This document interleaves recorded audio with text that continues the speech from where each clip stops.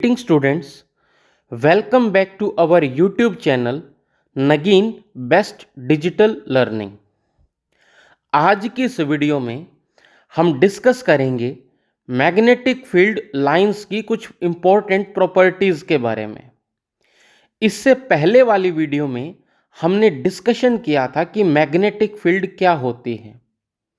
In short अगर बात करें तो एक मैग्नेट के चारों तरफ वो पर्टिकुलर रीजन, जिस रीजन के अंदर एक मैग्नेट किसी दूसरे मैग्नेट को या तो अट्रैक्ट करे या उसे रिपेल करे, या फिर उस रीजन के अंदर आने वाले जितने भी मैग्नेटिक मटेरियल्स हैं उन सभी को वो अट्रैक्ट अगर करता है तो वो हम उसे कहेंगे उस मैग्नेट का एक मैग्नेटिक फील्ड बन जाता है। तो यहाँ पर सबसे पहले हम मैग्नेटिक फील्ड लाइंस की अगर बात करें तो हमारे पास एक डायग्राम दिखाया गया है। This is first diagram, this one is second, this one is third. तीनों डायग्राम को वन बाय वन हम डिस्कस करते हैं। जो डायग्राम फर्स्ट ए जहां लिखा हुआ है, यहां हमने कुछ आयरन फाइलिंग्स ली हुई हैं। इन आयरन फाइलिंग्स को हमने रैंडमली अरेंज किया हुआ है किसी भी कार्डबोर्ड पे या किसी भी शीट पे, और देन हमने क्या किया, एक बार मैग्नेट उसके बीच में प्लेस कर दिया। और जैसे ही आप बार मैग्नेट को प्लेस करोगे तो आपने धीरे धीरे पेन या पेंसिल की मदद से या किसी और पर्टिकुलर मटेरियल से आपने उस कार्डबोर्ड के ऊपर हल्के हाथों से टैप करना है। जैसे आप उसे टैप करोगे 1 2 3 टाइम्स तो आपको जैसे डायग्राम फर्स्ट में कुछ फील्ड लाइंस हैं, कुछ इस तरह के फील्ड लाइंस हमें देखने को मिल जाते हैं।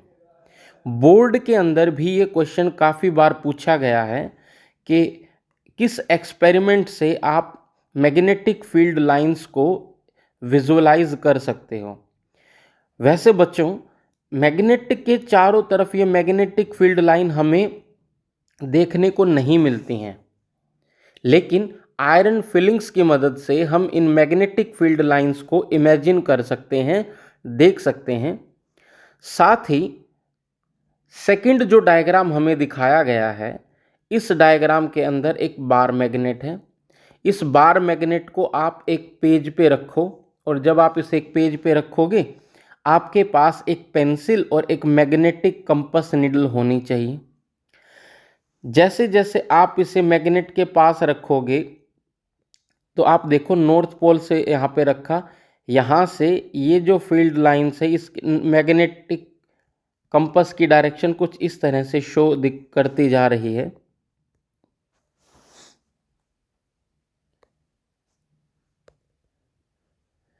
यहाँ से फिर ये कुछ इस तरह से ऐसे, तो इस तरह से ये जो आपके पास डॉट्स नज़र आएंगे, इन डॉट्स को आप मिलाओगे तो आपको पता चलेगा कि मैग्नेटिक फील्ड लाइंस जो हैं वो नॉर्थ से साउथ की तरफ ट्रैवल करती हैं।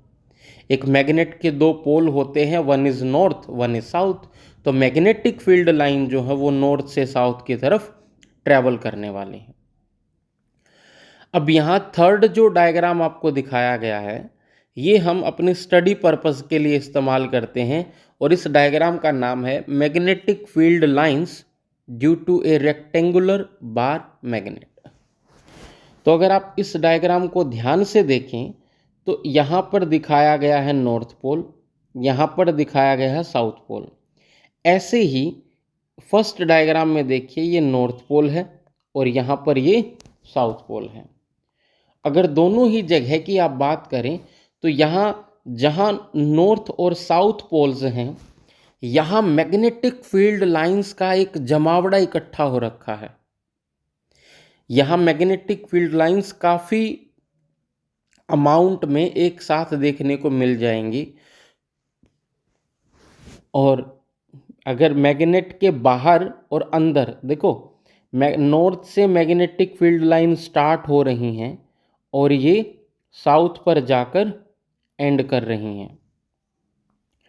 ऐसे ही जो मैग्नेटिक फील्ड लाइंस हैं वो अगर नॉर्थ से ख़त्म हो रही है, साउथ पे आ रही है, तो अंदर की तरफ ये ट्रैवल कर रही होंगी साउथ से नॉर्थ की तरफ। ऐसे ही नीचे की तरफ भी देखिए तो नॉर्थ से शुरू हो रही हैं यहाँ से, और ये साउथ की तरफ जा रही हैं। तो यहाँ इन तीनों डायग्राम्स को देखने के बाद हम मैग्नेटिक फील्ड लाइंस की प्रॉपर्टी के बारे में डिस्कस करते हैं। देखिए, जो सबसे पहली प्रॉपर्टी आती है, this is property first, a magnetic field line is directed from north pole to south pole outside a magnet. अगर एक मैग्नेट के बाहर की बात करें तो मैग्नेटिक फील्ड लाइन नॉर्थ से साउथ की तरफ डायरेक्टेड होती हैं। They move from north to south pole. और इसी में एक पॉइंट मैं ऐड करूंगा, and inside a magnet they travels from south pole to north pole. Second जो पॉइंट है वो पॉइंट है हमारा कि magnetic field is a closed end continuous curves. Magnetic field lines closed और कॉन्टिन्यूअस कर्व्स हैं। देखो, कंटिन्यूटी का मतलब है बेटा कि मैग्नेटिक फील्ड लाइंस जो हैं इनमें कहीं पर भी हमें कोई ब्रेक देखने को नहीं मिलेगा। ऐसा नहीं होगा कि एक मैग्नेटिक फील्ड लाइन ट्रैवल कर रही है, ट्रैवल करते करते बीच में कहीं पर वहाँ पर ब्रेक हमें देखने को मिल जाए। तो ये तो हुआ कि मैग्नेटिक फील्ड लाइन कॉन्टिन्यूअस है, लगातार चलने वाली कर्व्स हैं। सेकंड जो पॉइंट इसी में दे रखा है, क्लोज्ड। क्लोज्ड का मतलब है कि मैग्नेटिक फील्ड लाइंस जिस पॉइंट से शुरू होती हैं उसी पॉइंट पर आकर इन फील्ड लाइंस की एंडिंग भी होती है। फॉर एग्जाम्पल, अगर मैं यहाँ पर बात करूँ कि मैं एक मैग्नेटिक फील्ड लाइन नॉर्थ से शुरू हो रही है और साउथ से एंटर करके वापस नॉर्थ पर ऐसे ट्रैवल कर रही है, ऐसे इस ये नॉर्थ से शुरू हो रही है, साउथ से जाकर फिर ऐसे ही वापस इधर आ रही है। तो इस तरह से क्लोज्ड पाथ या क्लोज्ड कर्व वही होता है जो जिसको जैसा नेम इंडिकेट करता है, क्लोज मीन्स जहाँ से हम शुरू हुए हैं अगर वहीं पर हमारे पॉइंट की एंडिंग भी होती है तो इट मीन्स वो एक क्लोज्ड पाथ बन जाता है। ये हमारे पास पॉइंट सेकंड है। Now come two point number third. Magnetic field lines are crowded near the pole where the magnetic field is strong and are far apart near the middle of the magnet and far from the magnet where the magnetic field line is weak. अब इस point का मतलब क्या है, आप ध्यान से देखें। सबसे पहले फर्स्ट डायग्राम में देखें, ये नॉर्थ पोल है, ये साउथ पोल है। अब जहाँ पोल्स दिखाए गए हैं इन पर्टिकुलर लोकेशंस पर मैग्नेटिक फील्ड लाइंस क्राउडेड हैं, मीन्स एक दूसरे के पास नज़दीक हैं।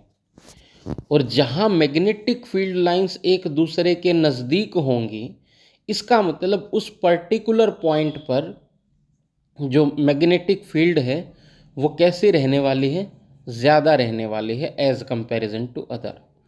लेकिन अगर हम मिड की बात करें, ये हमारा मिडल पोर्शन है, तो देखो मैग्नेट से मैग्नेटिक फील्ड लाइंस दूर जाती जा रही हैं और जैसे ही मैग्नेटिक फील्ड लाइन मैग्नेट से दूर जाती जाएंगी इसका मतलब उस जगह की मैग्नेटिक फील्ड जो है वो धीरे धीरे कम होती जा रही है। ऐसे ही इसकी जो एक पिक्टोरियल रिप्रेजेंटेशन है इस डायग्राम की अगर हम बात करें तो देखो यहाँ इस पर्टिकुलर लोकेशन पर मैग्नेटिक फील्ड लाइंस ज़्यादा हैं, यहाँ पर भी, और जो मिडल पोर्शन है यहाँ की अगर बात करें तो मैग्नेटिक फील्ड लाइन मैग्नेट से दूर है। तो जहाँ मैग्नेटिक फील्ड लाइंस क्लोजर होंगी इसका मतलब है कि वहाँ उस जगह की मैग्नेटिक फील्ड स्ट्रोंगर होगी, और जहाँ मैग्नेटिक फील्ड लाइंस एक दूसरे से दूर रहेंगी उस पर्टिकुलर पॉइंट की मैग्नेटिक फील्ड कम हो जाएगी। नेक्स्ट और फोर्थ पॉइंट है, magnetic field lines can never intersect each other. If they do so, there would be two directions of magnetic field at that point, which is absurd। कभी भी दो magnetic field line कितनी ही close हों, लेकिन एक दूसरे को कभी भी इंटरसेक्ट नहीं कर सकती हैं, क्योंकि जहां मैग्नेटिक फील्ड लाइंस इंटरसेक्ट करेंगी उस पर्टिकुलर पॉइंट पर मैग्नेटिक फील्ड की दो डायरेक्शंस हो जाएंगी, जो कि प्रैक्टिकली इम्पॉसिबल है। देखिए, अभी हमने एक पॉइंट डिस्कस किया, उस पॉइंट की अगर बात की जाए, सपोज मैं कुछ इस तरह से फील्ड लाइंस यहाँ ड्रॉ कर देता हूँ। तो अगर इन फील्ड लाइंस की मैं बात करूँ यहाँ पर कुछ ऐसे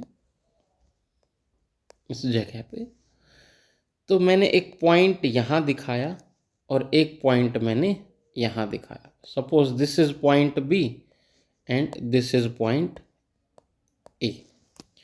जो पॉइंट ए है ये क्लियरली दिखाई दे रहा है कि पॉइंट ए पर और पॉइंट बी पर, ए पर मैग्नेटिक फील्ड लाइंस ज़्यादा क्लोजर हैं और बी पॉइंट पर मैग्नेटिक फील्ड लाइंस एक दूसरे से दूर हैं, फार अवे हैं।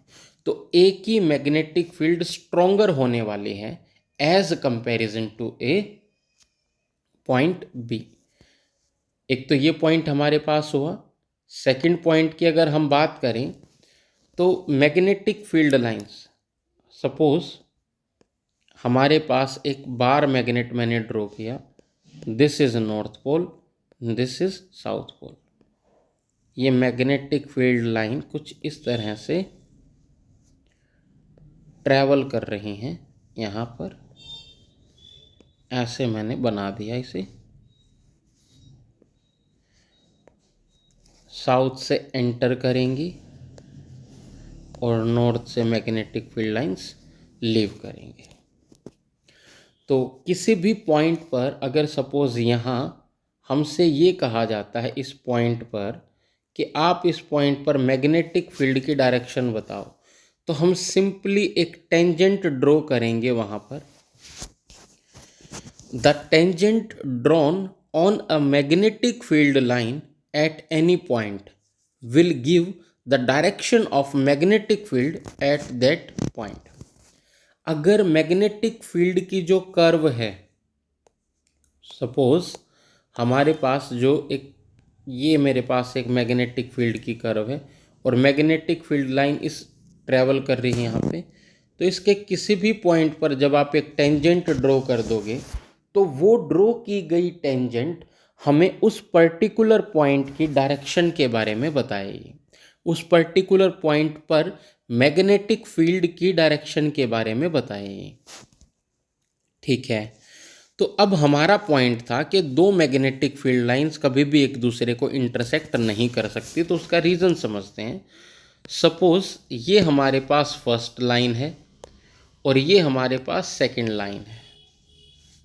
अब अगर इस पॉइंट पर मान लो ये पॉइंट है P, ये इधर ट्रैवल कर रही है, ये इधर ट्रैवल कर रही है, तो P पॉइंट पर इस रेड वाली लाइन की वजह से मैग्नेटिक फील्ड की डायरेक्शन होनी चाहिए ऐसे, और जो हमारे पास ब्लैक है, ब्लैक की वजह से डायरेक्शन होनी चाहिए ऐसे। अब ये तो एक ही पॉइंट पर दो डायरेक्शंस हमारे पास आ गई, जो कि प्रैक्टिकली पॉसिबल नहीं है। तो इसीलिए ये कहा गया है कि मैग्नेटिक फील्ड लाइंस कभी भी एक दूसरे को इंटरसेक्ट नहीं करेंगी। नेक्स्ट जो पॉइंट है वो हम डिस्कस करेंगे कि अगर हमारे पास इस तरह से पैरेलल लाइंस हों, ऐसे ऐसे, तो इस तरह की पैरेलल और इक्विडिस्टेंट लाइंस आपने याद रखना है पैरेलल एंड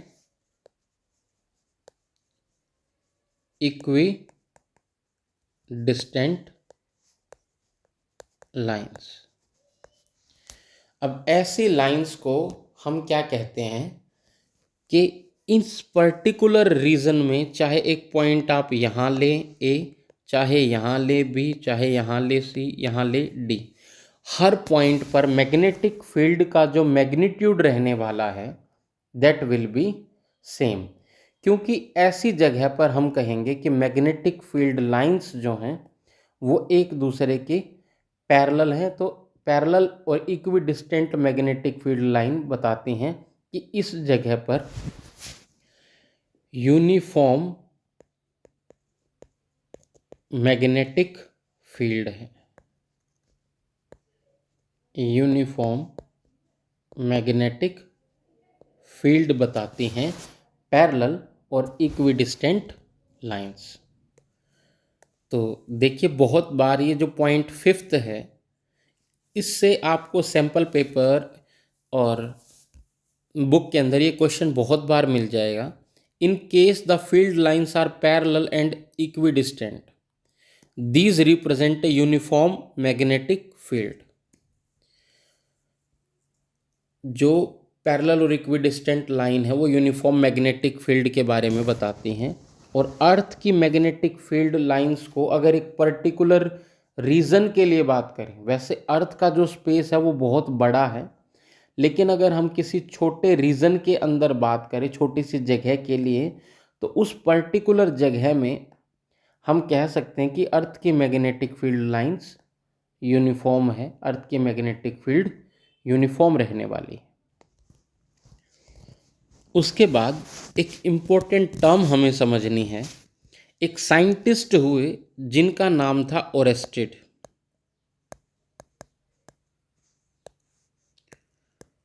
और हमने उनके एक्सपेरिमेंट को नाम दिया था ओरेस्टेड्स एक्सपेरिमेंट। तो ये जो ओरेस्टेड एक्सपेरिमेंट था, सबसे पहले हमें समझना है कि ओरेस्टेड एक्सपेरिमेंट क्या था। हैंस सी ओरेस्टेड ने एक एक्सपेरिमेंट किया और उस एक्सपेरिमेंट में उन्होंने ये ऑब्जर्वेशन की कि अगर एक वायर के अंदर से इलेक्ट्रिक करंट फ्लो करता है, suppose this is a wire A B and current I is flowing, तो इस वायर के चारों तरफ ऐसे एक मैग्नेटिक फील्ड लाइंस क्रिएट हो जाएंगी। यानी कि ये वायर अपनी एक फील्ड बनाएगी, जिस पर्टिकुलर फील्ड या रीजन के अंदर आने वाले ये एक अपना एक मैग्नेटिक इफेक्ट वहाँ छोड़ सकती हैं। ये एक्सपेरिमेंट किया था ओरेस्टेड ने। तो इसी एक्सपेरिमेंट के आधार को आगे बढ़ाते हुए हमें इस चैप्टर में चलना है और समझना है कि ओरेस्टेड एक्सपेरिमेंट क्या कहता है और वहाँ से हमें क्या नई चीज़ सीखने को मिली। देखो, ओरेस्टेड एक्सपेरिमेंट ने हमें बताया कि when a current carrying conductor behaves like a और produces a magnetic field around it. अब अगर उसी कंडक्टर को हम यहाँ पर कंसीडर करके चलें, सपोज ये हमारे पास फर्स्ट डायग्राम है, ये सेकंड है और ये थर्ड है। एक कार्डबोर्ड लिया गया है, यहाँ पर आप ध्यान से देखें, इस तरह से एक कार्डबोर्ड है, ये कार्डबोर्ड हमने ले रखा है। इस कार्डबोर्ड के ऊपर साथ में एक्स वाई, ये पूरा एक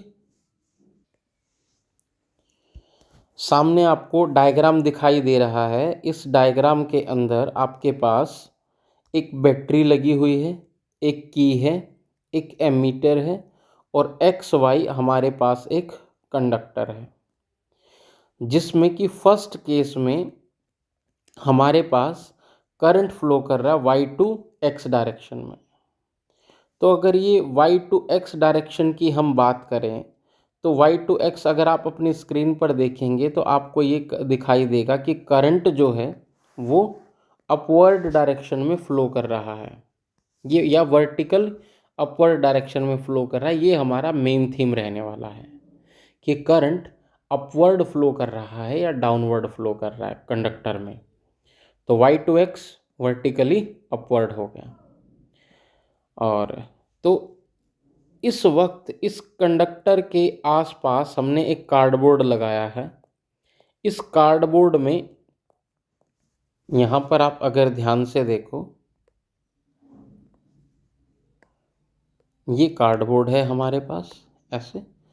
इसको इसलिए लगाया गया है और इसके ऊपर डाली गई हैं कुछ आयरन फिलिंग्स, ताकि जो जैसे कंडक्टर के अंदर से करंट फ्लो करे तो इस कंडक्टर के चारों तरफ बनने वाली मैग्नेटिक फील्ड लाइंस जो हैं वो इस कार्डबोर्ड पर साफ साफ देखी जा सकें।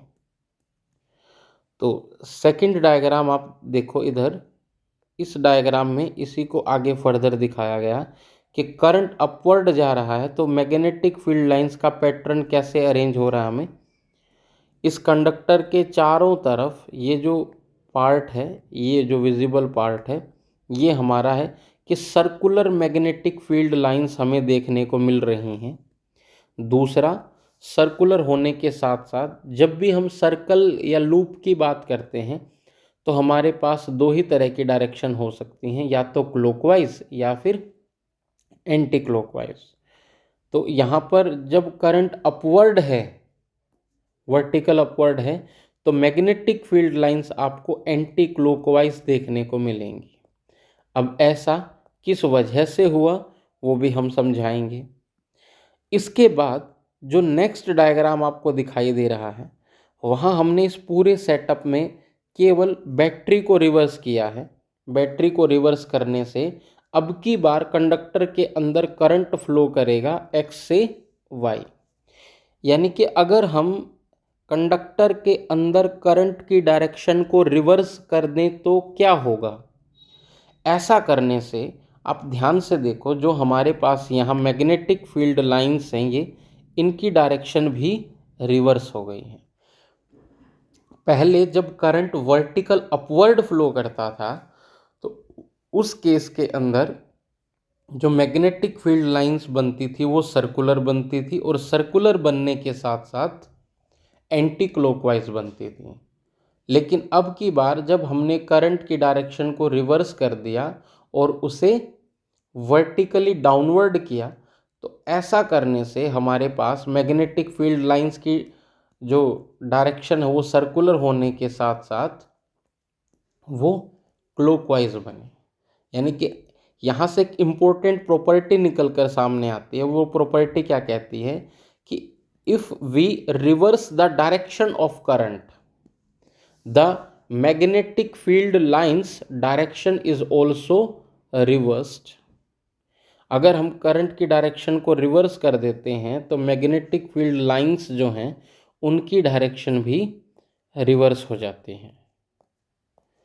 तो यहाँ ये हमारे पास magnetic field lines due to a current carrying straight conductor एक टॉपिक आता है, वो हमने स्टडी किया कि किसी भी स्ट्रेट करंट कैरिंग कंडक्टर के चारों तरफ मैग्नेटिक फील्ड लाइन किस तरह से देखने को मिल सकती हैं हमें। अब आपने ये इमेजिन किया कि भाई मैंने आपको बताया कि किसी भी कंडक्टर के चारों तरफ जो मैग्नेटिक फील्ड लाइंस हैं वो हमें सर्कुलर और कभी क्लॉकवाइज कभी एंटी क्लॉकवाइज। तो ये क्लॉकवाइज और एंटी क्लॉकवाइज आप किस तरह से बताओगे, कैसे आपको पता चला कि भाई क्लॉकवाइज बनेंगी या एंटी क्लॉकवाइज बनेंगी। तो उसके पास direction of magnetic field find out करने के लिए हमारे पास एक रूल है जिसे हम राइट हैंड थंब रूल बोलते हैं।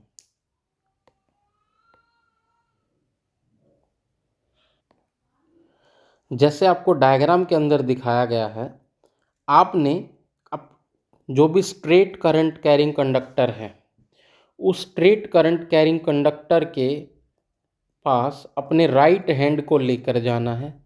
राइट हैंड के थंब को आपने उसी डायरेक्शन में रखना है जिस डायरेक्शन में करंट फ्लो कर रहा है, चाहे वो क्लॉकवाइज हो, चाहे वो वर्टिकल अपवर्ड हो, चाहे वो वर्टिकली डाउनवर्ड हो।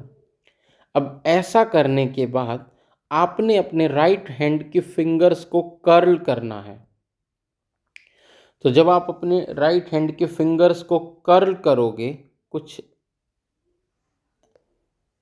ऐसे, ये जो आपकी कर्लिंग बनेगी, यही आपके फिंगर्स की कर्लिंग बताएगी कि direction of magnetic field lines क्या होनी चाहिए। इस पर्टिकुलर केस को ध्यान से देखो, करंट फ्लो कर रहा है वर्टिकल अपवर्ड।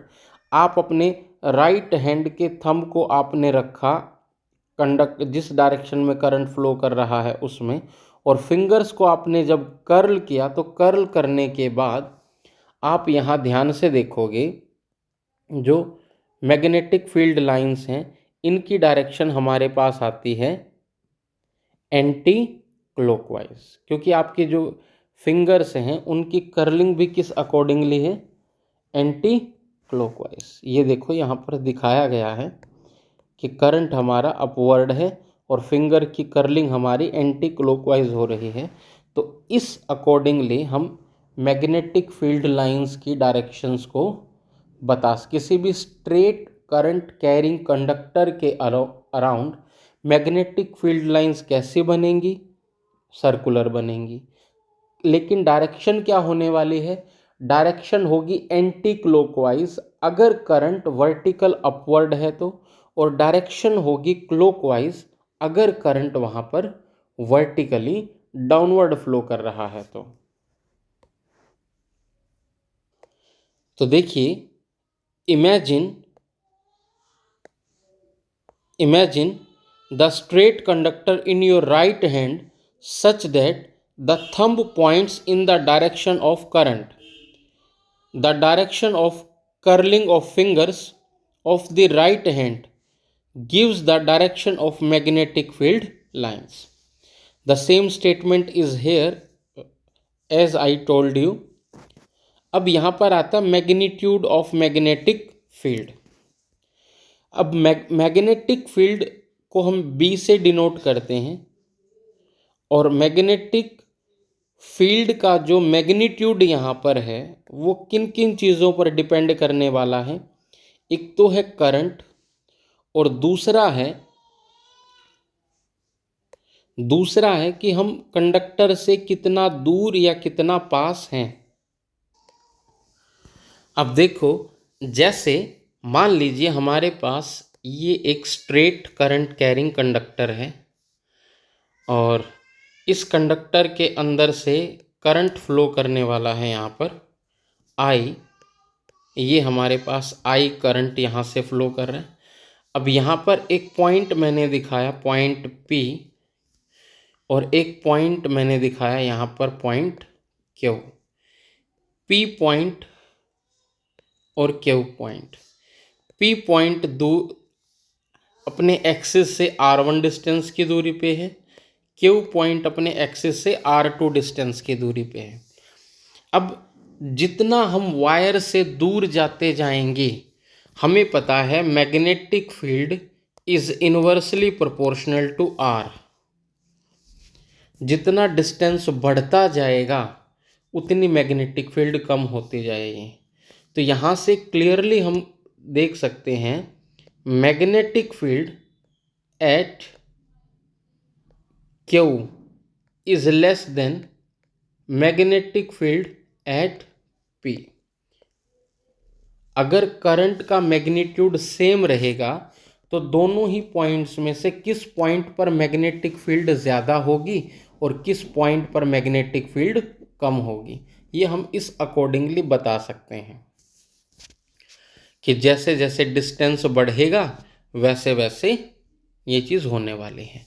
और दूसरा, मान लीजिए अभी इस पर्टिकुलर केस में जो मैग्नेटिक फील्ड है, मैग्नेटिक फील्ड का जो मैग्नीट्यूड है, सपोज इट इज़ 2 टेस्ला, और यहाँ पर है मान लेते हैं 0.5 टेस्ला। अब हम अगर करंट I फ्लो कर रहा है तो मैं यहाँ से करंट को अगर 2I फ्लो करवाता हूँ नेक्स्ट टाइम, तो पॉइंट सेम रखेंगे P और Q। तो रिजल्ट तब भी यही आएगा कि मैग्नेटिक फील्ड क्यू पर जो है कम होगी और पी पॉइंट पर ज़्यादा होगी। लेकिन अब की बार जो मैग्नेटिक फील्ड का मैग्नीट्यूड होगा वो पहले की कंपैरिजन में बढ़ जाएगा, क्योंकि as we increase the magnitude of electric current the magnitude of magnetic field will also increase, क्योंकि मैग्नेटिक फील्ड जो है वो डायरेक्टली प्रोपोर्शनल होती है इलेक्ट्रिक करंट के मैग्नीट्यूड के। तो देखिए, फर्स्ट मैग्नेटिक फील्ड करंट के डायरेक्टली प्रोपोर्शनल होगी। As we increase the amount of electric current magnetic field will also increase at that point, and as we move away from the wire or away from the conductor the magnitude of magnetic field will decrease। Magnetic field का जो magnitude है वो घटता चला जाएगा जैसे जैसे हम वायर से दूर जाते जाएंगे। तो